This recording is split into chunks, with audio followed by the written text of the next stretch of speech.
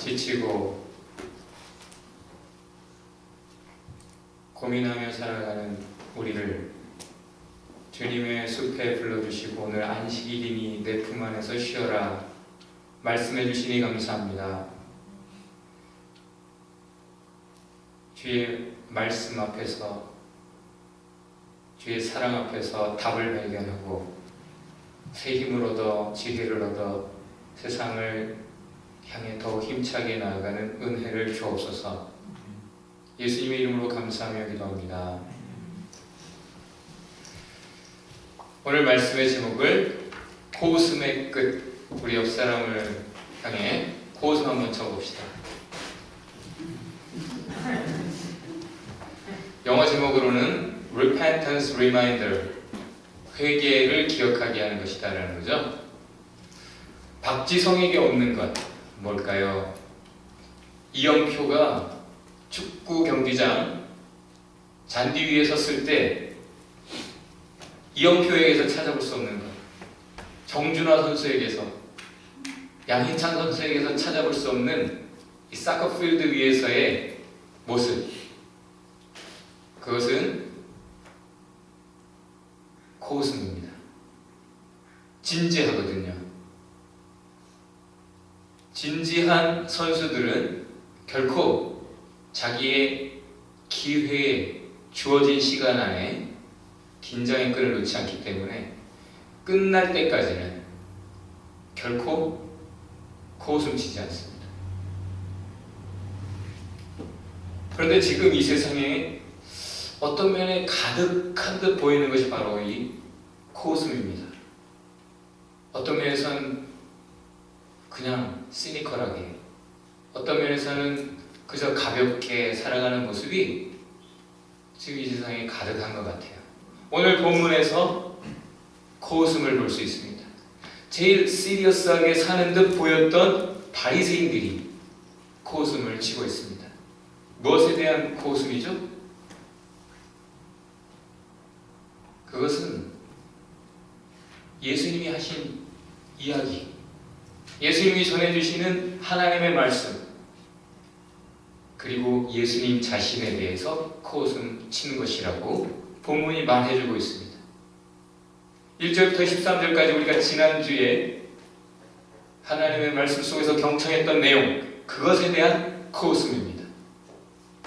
너희는 다 매니저들이다. 너희에게 주어진 것들 다 하나님이 맡겨주신 거야. 너희 뜻대로 살지 말고 너희의 아이덴티티, 그 매니저의 충실한 삶을 살아라. 그것을 맡겨주신 하나님의 뜻을 이루는 삶, 하나님을 섬기는 삶이며, 그것은 이웃을 사랑하며 돕는 삶이다.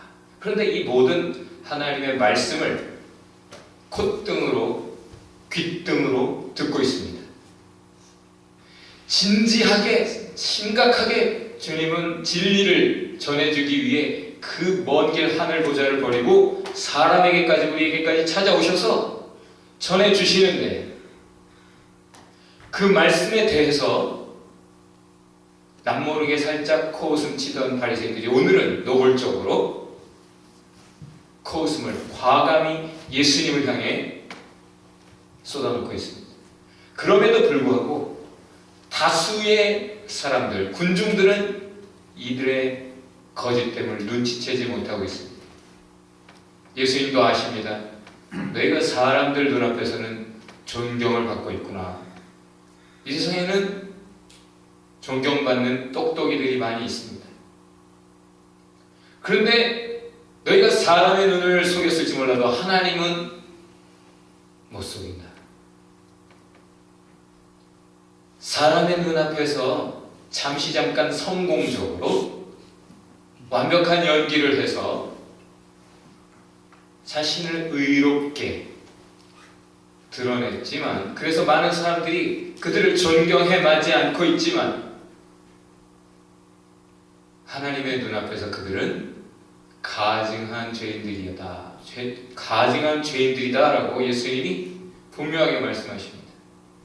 사실 사람들도 잠깐 속이는 것이죠. 결국 본문이 그 바리새인들에 대해서 뭐라고 평가하고 있습니까? Lovers of money, 돈을 사랑하는 자들. 말로는 거룩한 척, 하나님을 섬기는 사람들인 척, 경건하게 절제된 삶을 사는 척, 하지만 실상은 그들이 돈을 사랑하는 자들이었다고 결국 모든 사람도 알게 된 것이죠.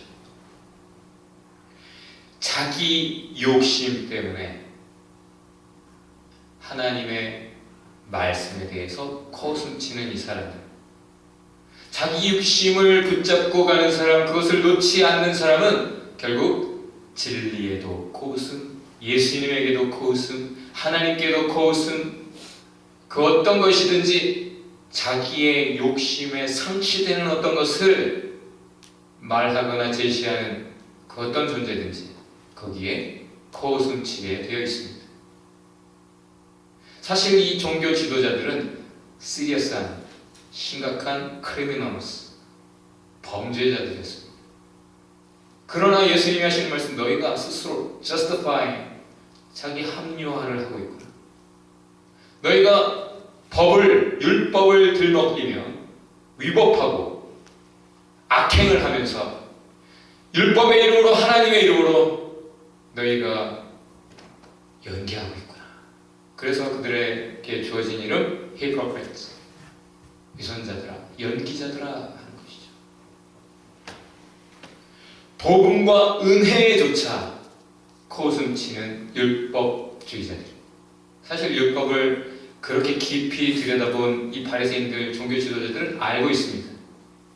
율법을 통해 구원이 있을 수 없다는 것, 율법을 능가하는 은혜의 시대가 약속되어 있다는 것, 그리고 예수님과 더불어 은혜, 율법을 초월하는 심판을 벗어나게 하는 유일한 하나님의 사랑, 하나님의 솔루션, 그것을 고대해야 한다는 것 누구보다 잘 알고 있습니다. 그럼에도 불구하고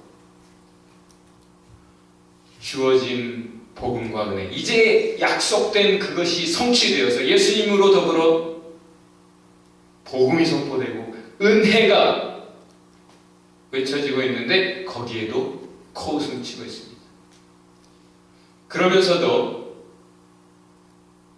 자기들의 음욕 충족을 위해서는 이혼하고 결혼하는 것을 반복했습니다. 성경에서는 이혼 절대 불가라고 말합니다. 하나님이 짝지어 주신 것, 사람이 나누지 못할지니라 하나님 앞에서 서야겠으니 이혼하지 말라 하십니다. 그런데 이 법을 잘 아는 이 사람들이 신명기 24장을 들먹이면서 이혼 증서를 써주면 괜찮다는 쪽으로 가고, 자기들이 탐나는 여자가 있으면 이혼을 적법한 절차를 거쳐서 하고 그 사람과 결혼하는, 그렇게 이혼하고 재혼하고 하는 것을 하는 거예요. 그러나 사실 그들이 들먹이는 신명기 24장 말씀을 보면 이혼 증서를 써주라는 말씀이 끝이 아니에요. 너희들이 분명한 이유가 있을 때, 여자가 음행을 범하였을 때, 그때 이혼 증서를 써주어 이혼을 하되 다시 그 여자와 네가 또 다른 여자하고 재미 보다가 다시 그 여자 생각난다고 해서 그 여자와 다시 재혼할 수 없다. 그러니 너희들은 사실은 이혼 생각하지 말고 그렇게 너희 음욕 쫓아가지 마라 라는 말씀이죠. 사실은